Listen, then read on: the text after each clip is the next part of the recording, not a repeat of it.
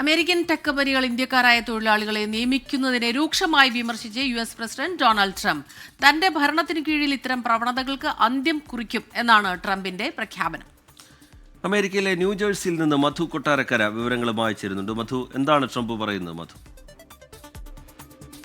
Good morning Smitha, Rejith. Artificial ഇന്റലിജൻസുമായി ബന്ധപ്പെട്ട് ഒരു ഉച്ചകോടി നടന്നിരുന്നു. അവിടെയാണ് ഡൊണാൾഡ് ട്രംപിന്റെ ഈ പ്രഖ്യാപനം ഉണ്ടായിരിക്കുന്നത്.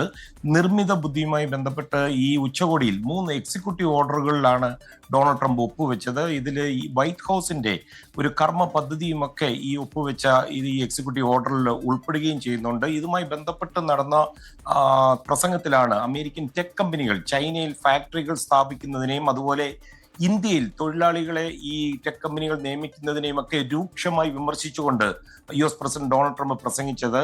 ഒരു ഘട്ടത്തിൽ അദ്ദേഹം ഇതിനെ വിശേഷിപ്പിച്ചത് റാഡിക്കൽ ഗ്ലോബലിസം എന്നിവരെയാണ്.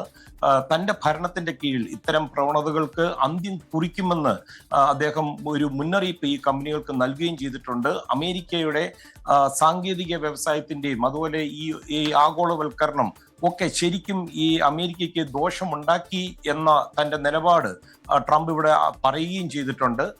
ട്രംപ് പറയുന്നത് ദശലക്ഷക്കണക്കിന് അമേരിക്കക്കാർക്ക് ഈ ടെക് കമ്പനികൾ അവർ നടത്തുന്ന ബിസിനസ്സും അതുപോലെ അവർ ഈ മറ്റ് രാജ്യങ്ങളിൽ അവരുടെ സ്ഥാപനങ്ങൾ സ്ഥാപിച്ചതും അവിടെ നിന്നുള്ള തൊഴിലാളികളെ എടുത്തതും ഒക്കെ അമേരിക്കക്കാർക്കിടയിൽ അവിശ്വാസവും അതുപോലെ അവർ രാജ്യത്തോട് വഞ്ചന നടത്തി എന്നൊരു തോന്നൽ ഉണ്ടെന്നൊക്കെയാണ് ട്രംപ് അഭിപ്രായപ്പെട്ടിരിക്കുന്നത്.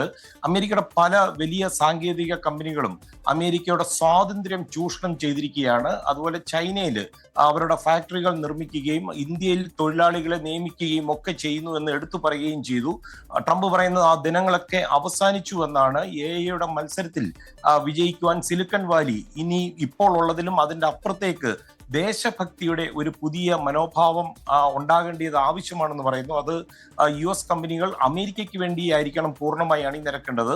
ടെക് കമ്പനികൾ അമേരിക്കക്കാർക്ക് മുൻഗണന നൽകണമെന്ന് ട്രംപ് ആവർത്തിച്ച് പറയുകയും ചെയ്തു. ഇത് മാത്രമാണ് ട്രംപ് ഭരണകൂടം ഈ കമ്പനികളോട് ആവശ്യപ്പെടുന്നത് എന്നാണ് ട്രംപ് പറഞ്ഞത്. നമ്മൾ ഓർക്കണം, കഴിഞ്ഞ ആഴ്ചയിലാണ് ഈ ആപ്പിൾ, ടെസ്ല പോലെയുള്ള കമ്പനികൾ ഇന്ത്യയിലെ ഫാക്ടറികൾ അടച്ചുപൂട്ടി അതെല്ലാം തിരികെ അമേരിക്കയിൽ കൊണ്ടുവരണമെന്ന് ട്രംപ് പറഞ്ഞത്. സ്മിത.